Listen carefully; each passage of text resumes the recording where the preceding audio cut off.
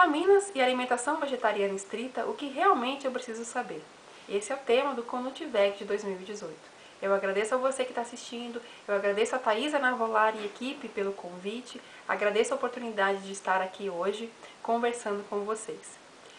Eu sou a Maranta Ribas, médica nutróloga, com ênfase em vegetarianos e veganos. Também trabalho com modulação hormonal bioidêntica e medicina natural. Depois, mais adiante, eu vou estar deixando o meu contato para vocês, caso vocês tenham alguma dúvida. E vou estar deixando também uma dica de um brinde que eu estou fornecendo. Um brinde muito legal, tenho certeza que vocês vão gostar. Na verdade, é um mimo que eu estou oferecendo a vocês, ok? Eu tenho um canal no YouTube também. Meu canal se chama Nutrolística. Lá eu tenho outros vídeos, lá eu falo um pouco mais, né, de outros temas. E esteja à vontade, caso vocês desejam se inscrever e receber as novidades. Então vamos lá, né, gente? O que vem à mente quando nós falamos de alimentação vegetariana estrita? Algumas pessoas, né, acham que significa restrita, que significa uma restrição, né? Eu gostaria aqui, eu chamo atenção para esse slide, estrita versus restrita, que não se trata disso, né? Na verdade, quando nós adentramos o universo da alimentação vegetariana, nós adentramos um universo muito grande de temperos que a gente não conhecia, de grãos que a gente não conhecia, frutas, legumes, verduras que a gente não conhecia. A gente se abre para o novo, né? Quando eu estou me referindo à alimentação vegetariana estrita, eu estou falando daquela alimentação que ela exclui os ingredientes de origem animal, ok? Só que o veganismo ele vai além da alimentação, né? É uma filosofia de vida, são outros hábitos, né, que não está em questão aqui. Mas a alimentação que os veganos adotam é a alimentação vegetariana estrita. E para facilitar, eu vou estar falando só em alimentação vegetariana no vídeo desse slide para frente, ok? Então, restrição, na verdade, as pessoas acham que o vegetariano faz muitas restrições, mas na verdade não. Se você observar a alimentação onívora, ou seja, aquela alimentação comum das pessoas com carne, leite, etc., você vai perceber que lá sim existem muitas restrições. Mas como assim, né? Bom, se você pegar o café da manhã da maioria das pessoas, é um pão, uma margarina, um presunto, um queijo, um leite. No almoço, feijão, arroz, macarrão, bife, salada, batata frita às vezes. Nos lanches, algum salgado com queijo ou carne. E no jantar, idem. Você percebe que essa pessoa está se alimentando basicamente de trigo, né? Porque é o pão da manhã, o macarrão à noite, é pizza, depois o lanche. Essa pessoa está se alimentando basicamente de trigo em todas as refeições, né? Estou falando de uma pessoa, assim, X, que faz alimentação onívora. E de leite, né? É o queijo que entra aqui e acolá, né? E etc, né? E assim, e muitas pessoas mal comem frutas, mal comem saladas, né? Quando comem é 90% do prato, ou quando comem é 10% do prato alguma verdura, que geralmente as pessoas ainda excluem e colocam de lado, né? Então a gente poderia falar que a maioria das pessoas tem uma alimentação restrita no sentido de que ela é monótona, nutricionalmente falando. E quando você adentra o universo do vegetarianismo estrito, ao contrário, você amplia o horizonte. Porque antes de você excluir alimentos de origem animal, você tem que incluir coisas que você não comia antes, a fim de se equilibrar nutricionalmente. De equilibrar nutricionalmente o seu prato. Então essa é uma dica que eu dou. Eu tenho outros vídeos que explicam isso, como fazer transição, né? Não é tema de hoje, mas apenas para explicar que ao adentrar ao vegetarianismo, você adentra a uma liberdade alimentar, né? E se você gostar de novidades, eu convido você a conhecer os restaurantes vegetarianos, aí nas sessões aí na feira orgânica perto da sua casa, geralmente, a realmente experimentar outras frutas, outros legumes, outros temperos, outros grãos, as punks, as plantas alimentícias não convencionais, e realmente enriquecer a sua alimentação. Você vai perceber o quão vasta e variada é essa linha alimentar. Esse é um convite que eu deixo a você. Macronutrientes. Em termos de macronutrientes, ou seja, carboidratos, proteínas e gorduras, quando você muda da alimentação onívora para a alimentação vegetariana, há uma recomposição, mas não foge muito assim ao esquema clássico, né? Mas eu coloquei esse slide aqui dos macronutrientes para chamar a atenção para um macronutriente que eu acho importante estar falando, que é o ômega 3, porque ele é um elemento de atenção na alimentação vegetariana. Assim, como assim alimento de atenção? Alimento de atenção no sentido de que essa é uma carência prevalente, bem prevalente na população brasileira, né? Apesar de que nós somos rodeados por litoral, né? Existem todas as questões, né? Na produção dos peixes de cativeiro, que não existem ômega 3 neles, e as pessoas realmente não têm esse hábito na sua vida. Então, mesmo onívoros têm carência de ômega 3 também, é uma carência bem prevalente. Já que eu toquei nessa questão do peixe, eu gostaria só de fazer um adendo, dizendo que o peixe apenas tem ômega 3 porque ele come algas que tem ômega 3. Então, não é o peixe que tem ômega 3, são as algas. Então, por que não ir direto na fonte? Por que não ir direto nas algas, né? Então, é isso que nós focamos no vegetarianismo estrito, ir direto à fonte. Outros alimentos riquíssimos em ômega 3, a gente pode falar da linhaça, da chia e das nozes, ok? Também são alimentos bem ricos. Nós geralmente indicamos que vegetarianos consumam o dobro de ômega 3 do que onívoros, né? Por uma questão teórica, né? Por uma questão nos acercando, né, de cuidados. Não que a gente constate, de fato, uma carência maior do que na população onívora em si. Não acontece isso. A prevalência de carência é praticamente idêntica. Eu tenho também outros vídeos com dicas de como fazer isso, né? Não veria o caso aqui. Então, apenas para deixar esse adendo aqui, porque o objetivo da palestra é micronutrientes. O que seriam micronutrientes? Seriam as vitaminas e os minerais. Falando de vitaminas, né, e minerais, quais seriam os elementos de atenção na alimentação vegetariana estrita? Seriam o ferro, o cálcio, o zinco, a B12.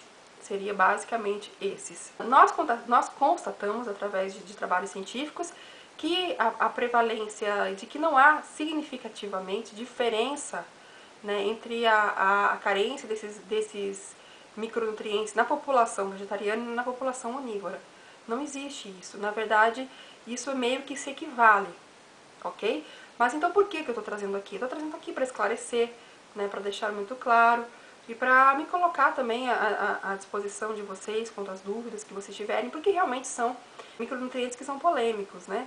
Não lembro se eu mencionei aqui o cálcio, falando do cálcio também é um elemento que ele entra assim como polêmico na alimentação vegetariana. Então, para esclarecer, para poder explicar melhor para vocês, eu trouxe isso. E toda vez que nós falarmos em alimentação vegetariana, nós vamos falar nesses micronutrientes.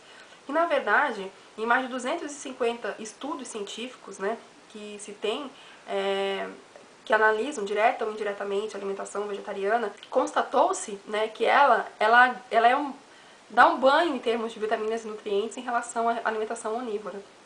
Vegetarianos realmente, geralmente, né, principalmente quando eles fazem uma alimentação mais plant-based, ou seja, mais vindo para o natural, mais excluindo os alimentos industrializados, a gente percebe que essas populações elas têm muito mais, né, um aporte maior nutricional, né, quando a gente fala de vitaminas, quando a gente fala de minerais.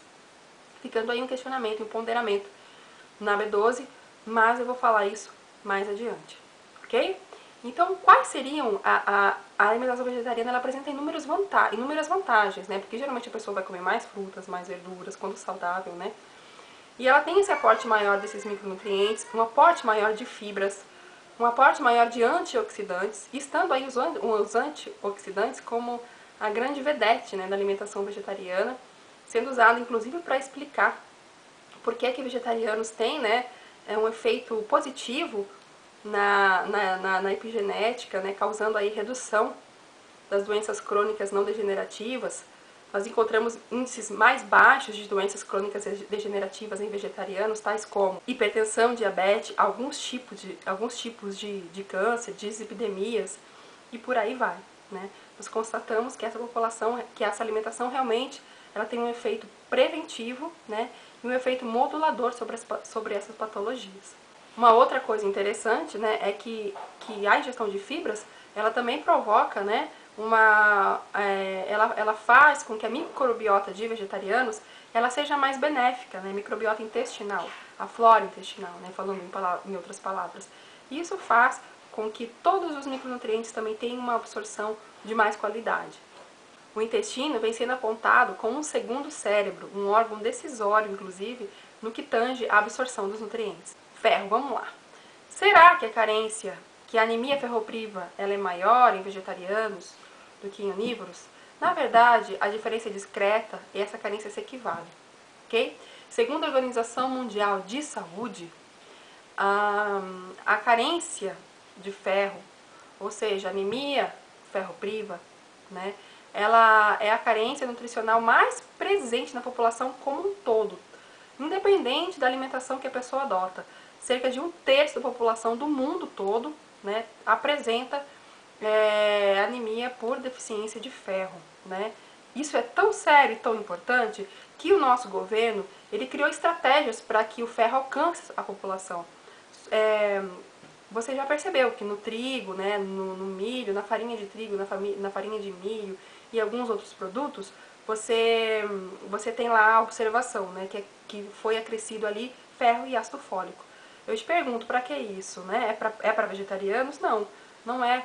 É pensando na população como um todo. E qual é a alimentação da maioria da população? É onívora. Então, deixando bem claro que não é, né, que existem sim programas para os onívoros. Na verdade, todos os programas de suplementação do governo são voltados para onívoros, que é a maioria da população. Existe esse programa de suplementação de ferro, fazendo um adendo aqui, né, no sal, né, adicionando iodo, ok? Existem programas de vitamina A e por aí vai, né, se a gente for observar. Por quê? Porque nenhuma alimentação, ela está num pedestal, ela está num patamar que não precise nunca, em nenhuma fase da vida, de um suplemento, né, de um reforço, de um acréscimo, de um acompanhamento. Toda forma de se alimentar ela é possível de carências, sim. Por quê? Né? Porque, ao meu ver, é porque as pessoas, geralmente, elas, como eu disse no início do vídeo, elas costumam se alimentar mal, muitos produtos industrializados, muito açúcar, muitos farináceos, né? O funcionamento do intestino fica meio assim ruim por conta de tudo isso, além da carência de fibras, onde há um déficit de absorção dos nutrientes. Então, quanto mais a pessoa ela foge do tradicional, ou seja, do simples, do primário, das verduras, dos legumes, das coisas mais naturais possíveis, mais ela terá tendência a ter esse tipo de necessidade de suplementação, de complementação. Mas tem os períodos da vida, como por exemplo, gestação, infância, que nós precisamos ter atenção ao ferro, né, que é o alimento que nós estamos falando agora. Então, independente da pessoa ser vegetariana ou não ser vegetariana, existem os programas governamentais para atenção, né, desse micronutriente em gestantes e em crianças, ok? Devido à importância desse micronutriente na saúde das pessoas. Então, a pessoa vai me perguntar assim, mas se eu tiver anemia, eu posso só com folha verde escura, que é a principal fonte de ferro, né, vegetal, está subindo meu ferro? Não, não é possível. Se você tiver uma anemia, você realmente vai ter que suplementar por um tempo e corrigir a alimentação. Como que corrige a alimentação? Como você tem uma alimentação, um aporte maior de ferro no organismo?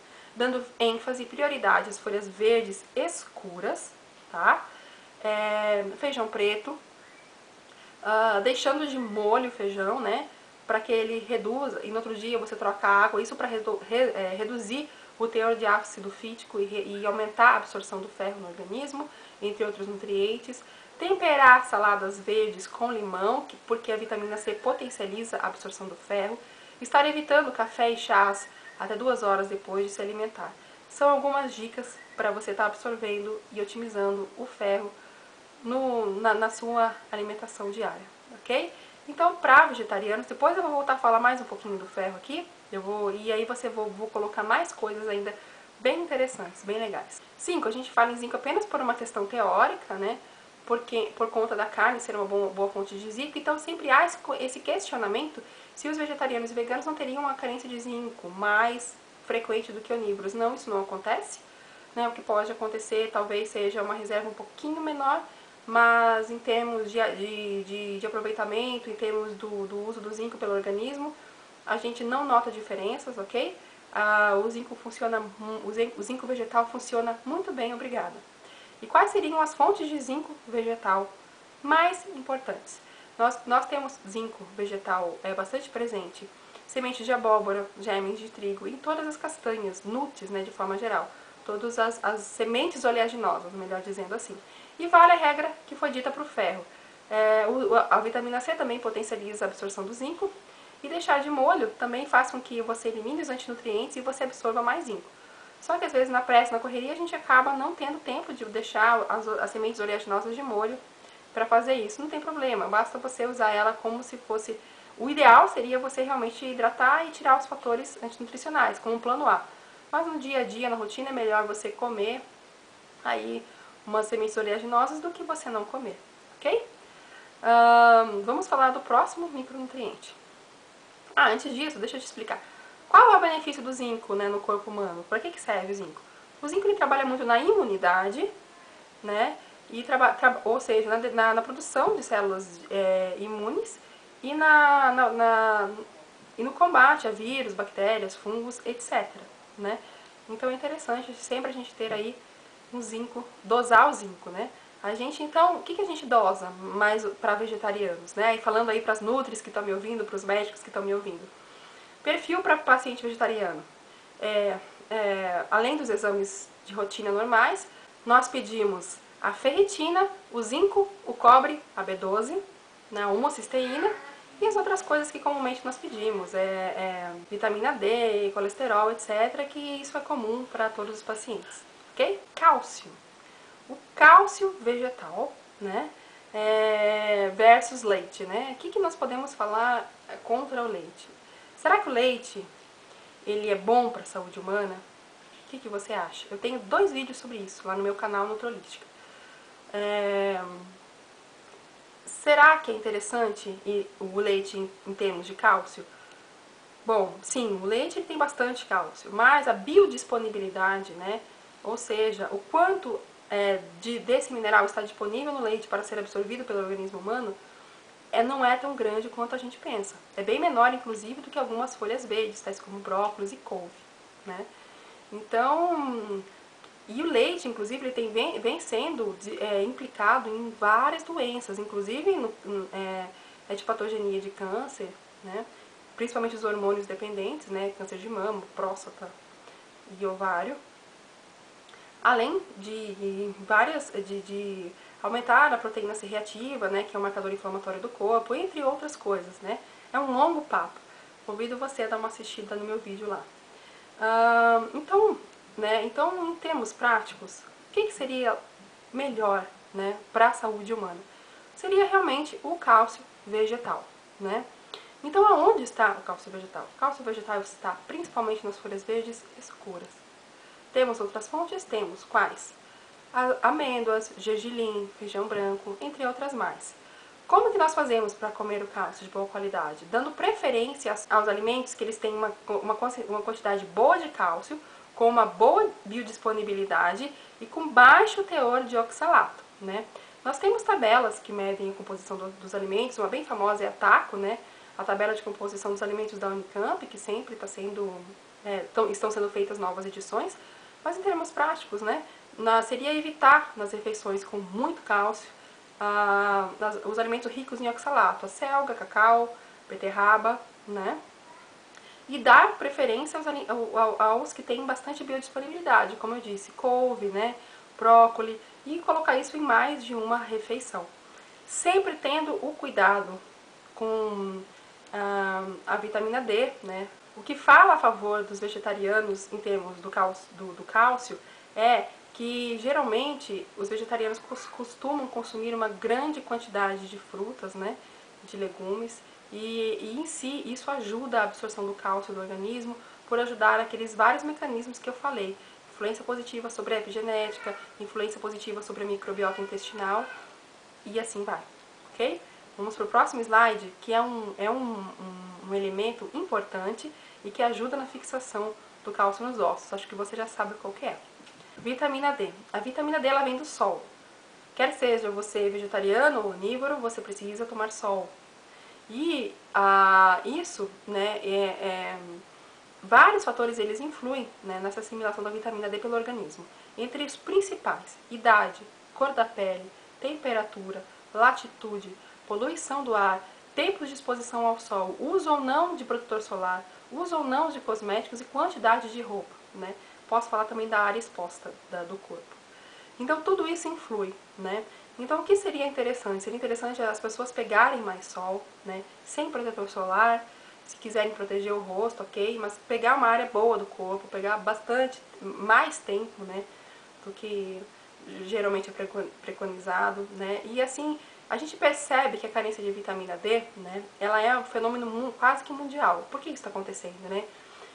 Basta nós analisarmos, né, que tem, ao meu ver, duas coisas muito importantes. Primeiro, o fenômeno da urbanização. Então as pessoas passam a ficar muito tempo enclausuradas em suas casas, nos escritórios, nos transportes para chegar até o trabalho, até a escola, etc. Outra coisa é o uso indiscriminado de protetor solar, né? As pessoas quase não pegam mais sol, e de cosméticos, né? Por quê? Porque quando você pega sol, né, é necessário com que o Sol ele esteja incidindo no planeta Terra numa linha mais horizontalizada, né? Então, quanto mais horizontalizado, ou seja, quanto mais a pino estiver o Sol, teoricamente melhor para que você faça a síntese da vitamina D. E geralmente esse horário as pessoas elas fogem do Sol, ok? Outra coisa, isso que eu falei é polêmico, né? Não é uma coisa assim que não possa ser dito sem certa polêmica, né? Mas outra coisa também é que as pessoas, ao tomar sol, elas vão para casa e passam muito sabonete, creme, e isso impede que a pele continue a trabalhar e fazer a sua síntese de vitamina D, o que é fundamental, né? É fundamental que as pessoas, então, tomem sol no horário bom, no tempo bom, né? E nada de se queimar, nada de ficar vermelho, nada de passar nos limites, não é isso que eu tô falando, né? E chegar em casa e evitar passar muito produto químico, muito sabonete naquela pele que foi exposta ao sol, para que o nosso órgão, né, pele, nosso terceiro rim, né, entre aspas, possa continuar a fazer o trabalho, né, que lhe cabe de síntese de vitamina D no corpo. Essas seriam algumas dicas. Isso é indiferente para vegetarianos ou para onívoros. Nós precisamos pegar mais sol. A vitamina D ela é fundamental em várias coisas, né? Ela é fundamental para várias coisas do nosso organismo. Mas como a gente estava falando do cálcio, né? Ela é fundamental, ela é um dos elementos chaves de fixação do cálcio nos ossos, ok? Só sobre vitamina D nós poderíamos fazer um vídeo inteiro, mas não é aqui o assunto dessa palestra. Vitamina B12, ai ai ai. Cheguei agora na ferida. Quando se fala em alimentação vegetariana, é questionado, né, a vitamina B12. Ok. Mas, segundo o Instituto de Medicina dos Estados Unidos, Food and Nutrition Board, né, todos os indivíduos acima dos 50 anos devem ser suplementados com vitamina B12. Por quê? Né?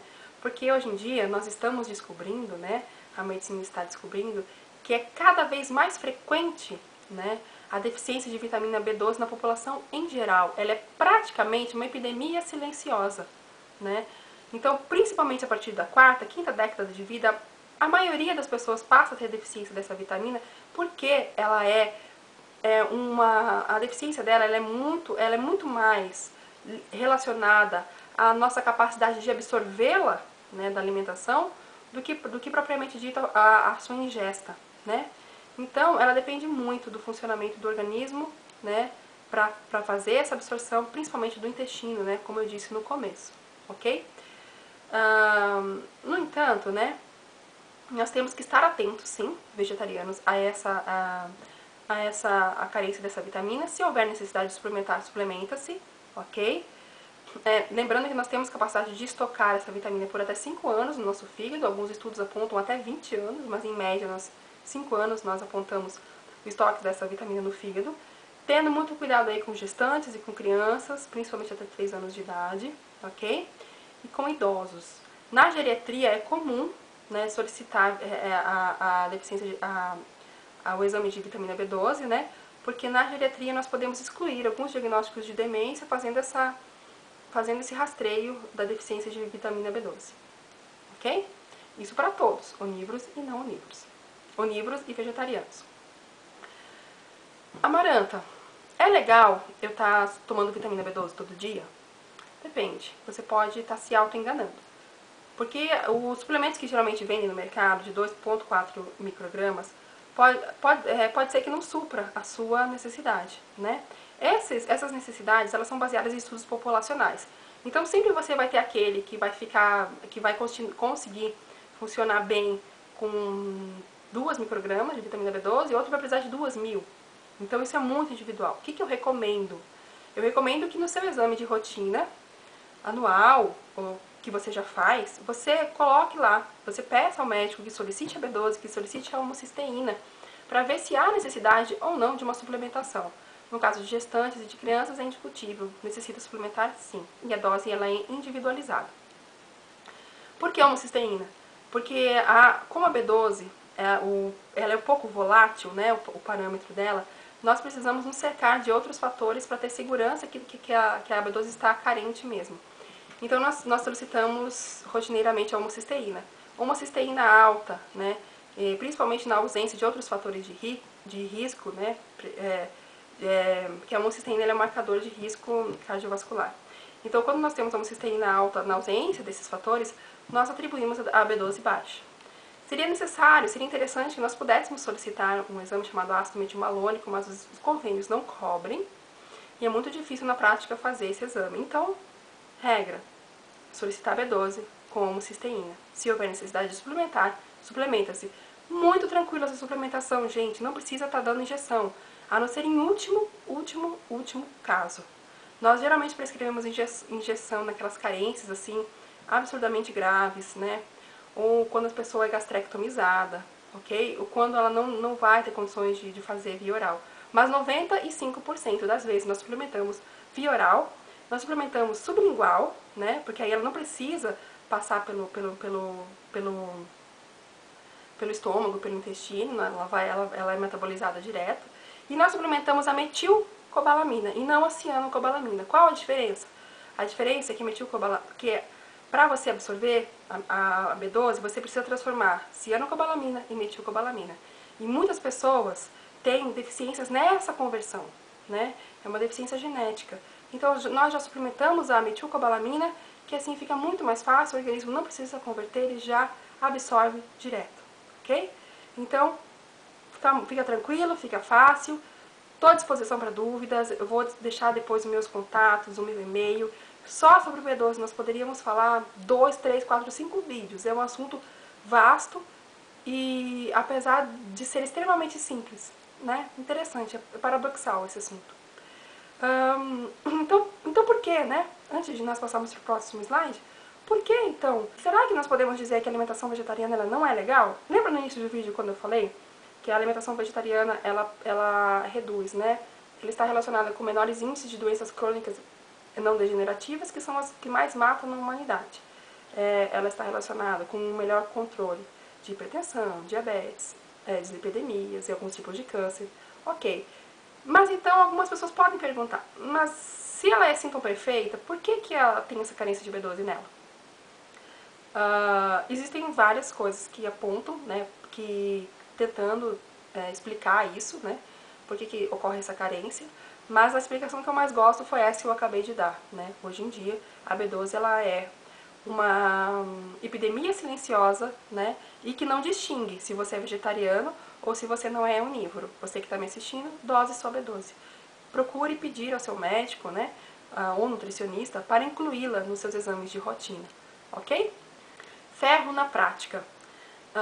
Para ilustrar, né, o ferro na prática, eu trouxe aqui esse slide com o desenho das microvilosidades intestinais, né, e aqui moléculas de ferro M e ferro não M sendo absorvidas pelo intestino. Por que eu trouxe esse slide? Por dois motivos. Primeiro, houve sempre um questionamento muito grande, né, por parte da população como um todo, né, e de alguns profissionais de saúde, como os vegetarianos obteriam ferro, já que o ferro M, que é o ferro presente na carne, né, teoricamente não estaria disponível na alimentação vegetariana e assim eles estariam mais propensos à anemia, certo? Errado, como eu já falei um pouco atrás no vídeo, ok? Mas então qual é a resposta que nós temos hoje? Bem, o ferro presente na carne ele é 40% M, 60% não M. Então onívoros precisam também do ferro não M para abastecer o seu organismo, né? E isso também está contido em outras fontes, não só na carne. Então, está contido também nos alimentos que eu já citei anteriormente, folhas verdes, etc. Esse é um dos motivos pelos quais a carência deste mineral é tão prevalente assim no mundo, já que as pessoas não se alimentam adequadamente, ok? Mas voltando então para o questionamento, né? Como então o vegetariano absorve ferro não M, né? Nós sabemos que tem, como eu já citei, que tem a vitamina C pode potencializar a absorção do ferro não M, isso já nós sabemos. Mas eu tenho uma notícia para vocês maravilhosa que vocês vão amar, né? Que a resposta foi dada em 2016 pela Academia de Nutrição e Dietética, né, através de um artigo científico. Eu tenho esse artigo e posso disponibilizar para vocês, onde foi publicado, né, que o organismo, dotado de inteligência biológica, de capacidade adaptativa ao longo do tempo, apenas recebendo ferro não M, ou seja, o ferro vegetal, ele se adapta. Tá vendo? Que lindo, que interessante, né? O organismo ele se adapta, ele tem essa capacidade, né?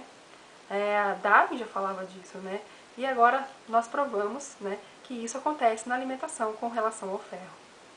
Muito legal, né? E então, aqui esse slide ilustra isso, né?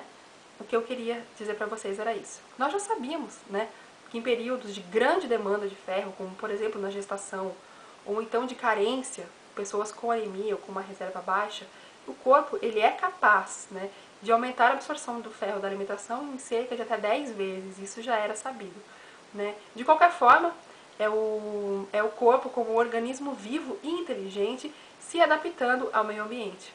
5 na prática. 5 na prática, eu gostaria de deixar duas dicas para vocês, dois alimentos. A farofinha, vocês fazerem uma farofinha mesmo de germe de trigo, né? Que aí você vai ter uma fonte de zinco. E caso você seja intolerante, né, ao glúten ou tenha algum problema com trigo, para você usar as sementes de abóbora, né? Além de todas as sementes oleaginosas. Porque esses dois alimentos, colocados aqui no slide, são boas fontes e vão ajudar você. São alimentos funcionais, ok? Cálcio na prática, né? Então, agora na prática aqui, como você pode estar potencializando a absorção do cálcio, né, no seu dia a dia. Um bom exemplo, né, como eu já disse, dos alimentos com maior biodisponibilidade menor, né, teor de oxalato. Né? Outra coisa é que o cálcio ele é melhor absorvível no sono noturno, então é interessante antes de dormir estar consumindo aí um punhadinho de sementes oleaginosas, ou então uma fruta rica em cálcio, por exemplo, figo, né? Com linhaça, ou você fazer uma farofinha, que eu chamo de farofinha mágica, que é gergelim, linhaça e chia, né, processada, e colocar em cima dos alimentos que você for consumindo ao longo do dia, hummus e etc., folhas verdes e por aí vai, distribuídos, né, ao longo do dia em todas as refeições. Na verdade, é fácil obter cálcio do reino vegetal, né? Ele é bem amplamente, ele é bem distribuído no reino vegetal, ok? Caso necessite de suplementação, né, se você passando lá com um médico ou médica, nutróloga, nutricionista, e você constatar, existem assim meios de, se você tiver com uma necessidade aumentada, né, por exemplo, nós sabemos que no Brasil, né, é recomendado, eu digo no Brasil porque isso varia de acordo com o país, né, a quantidade recomendada de cálcio, mas no Brasil, a partir dos 60 anos, nós recomendamos 1,5 gramas de cálcio, e talvez você não consiga isso com a alimentação. Então, se for o caso de suplementar, estar atento, atenta aos outros nutrientes que fazem parte daí do metabolismo no cálcio do organismo, citando os principais, a vitamina D, como eu já falei, a vitamina K2, o boro, o silício e o magnésio, ok? Estando atentos para isso, tá certo? E eu tô à disposição para vocês para dúvidas, eu vou deixar uma mensagem com vocês, vou falar do brinde, mas antes disso, eu gostaria de agradecer imensamente pela sua presença, por ter me ouvido até aqui. Obrigada, Thaís, obrigada, equipe do Comnutiveg. Essa iniciativa é linda, né? Eu acho que nós estamos levando a mensagem do vegetarianismo para o maior número de pessoas, né? Fazendo aí essa mudança tão necessária, né? Para nosso planeta, para a vida, para o ecossistema, para a saúde das pessoas. Meus contatos são Nutrolística, é o meu canal no YouTube, Nutrolística, por favor, se inscreva lá, clica no sininho para você estar recebendo as novidades, tá? Tem um livro, um e-book que eu fiz de receitas de molhos e pastas, tá no meu site, www.nutrolística.com.br, corre lá, olha lá, no YouTube dá uma curtida, comenta, se inscreva, faça perguntas, à medida do meu tempo eu vou respondendo. O meu Face é o Atendimento Vegetariano, minha fanpage, e meu e-mail, estou à disposição para dúvidas, estou à disposição para mandar artigos científicos, na medida do meu tempo eu vou respondendo. O meu e-mail é atendimentovegetariano@gmail.com. Ok, gente? Eu super agradeço a presença de vocês e gostaria de deixar essa mensagem final linda, né? É assim: somos filhos do grande todo, do grande mistério, portanto, tudo nos pertence. O Sol, a Lua, o Universo, assim como pertencemos ao todo, né? Ou seja, gente, está tudo interligado, né? Somos ligados ao todo, e o todo é ligado a nós. Então, ao adentrar o vegetarianismo, nós melhoramos nossa saúde, nós melhoramos a saúde do planeta e nós preservamos a vida dos nossos irmãos animais, com os quais nós compartilhamos esse planeta. Pela sua presença, muito obrigada.